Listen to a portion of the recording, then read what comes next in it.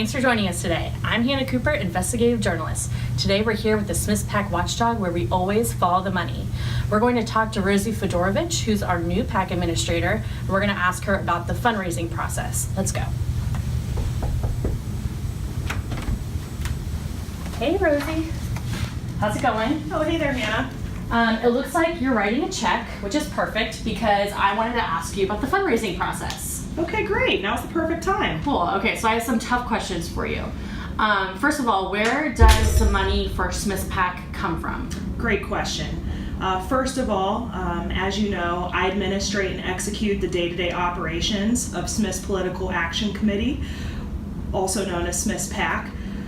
A PAC is a way for employees to collectively, voluntarily pool their funds to have a larger voice in the political process. Whether you want to admit it or not, public policy can either contribute to or take away the success of our business. It's why larger companies have a PAC, and it's why we have a PAC. Now, to answer your question, the money, where we get this money, eligible employees will decide to contribute. I'll receive their contribution form, and then I'll send it to payroll. Got it. Okay, but how do employees know how to contribute to Smith's PAC? They'll receive an email from me. We also have, we hold on-site meetings at facilities around the United States and hold presentations. We also have PAC ambassadors that are like liaisons to the business. They help connect the business to us here at the U.S. Government Relations Office. Okay. So you keep mentioning eligible employees, but who determines who is or who isn't eligible? The Federal Election Commission, better known as the FEC, they set the guidelines and determine who is eligible to contribute to a corporate PAC. Okay, so that all seems very transparent and easy, but once you actually receive the money from eligible employees, how do you decide which candidates to disperse it to?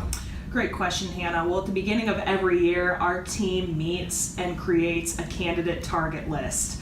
The deciding factors include on who we're going to disperse money to is whether or not the candidate sits on a key legislative committee, whether or not they have a voting record that's consistent with Smith's goals, their leadership position, and also that Smith's has a facility in their state or district. So that's how we decide who we're going to disperse the money to. Now, candidates will hold these fundraisers, and Lilia, Chris, Kevin, and Lisa will attend. I find out about the fundraisers because the candidates' fundraisers will email me to let me know they're having them, and then the lobbyists will go to inform and educate them about our company. Otherwise, how are they going to know the great things that are happening here at Smith's? Now, when the candidate is holding a fundraiser in a state or district, we'll invite PAC supporters to attend. Got it, great. So, for example, Kevin Schmidt in our office last week attended a fundraiser for Senator Moran, who represents Smith's Interconnect in Kansas City, and also sits on the Senate Appropriations Committee. But he's also a Republican. So does that mean that Smith's PAC only contributes to Republicans?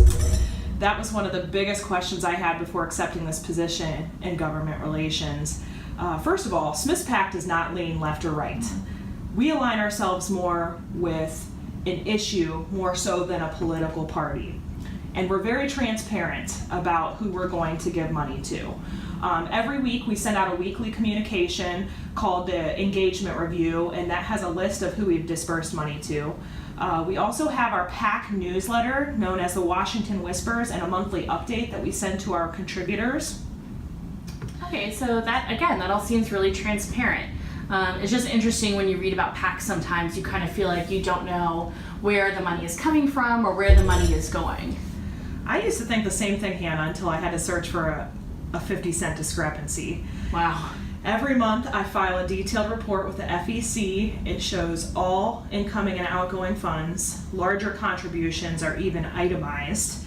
And guess what? It's all public information. Now, there are certain types of PACs known as super PACs that don't have the same guidelines as we do. We, however, we're a corporate PAC. We have strict limits and rules and regulations that we follow with in accordance to the law. Got it. Okay. Thanks so much for sharing all that information with us, Rosie. Thank you, Hannah. I hope everybody learned a little bit more about the fundraising process today. Thanks for tuning in. If you are interested in making a contribution to Smith's PAC, please click the link below this video in your email, or you can fill out the form that is attached to the email. If you have any questions, please reach out to anyone here at the U.S. Government Relations Office. And stay tuned for our next PAC misconception video. Thanks, everyone.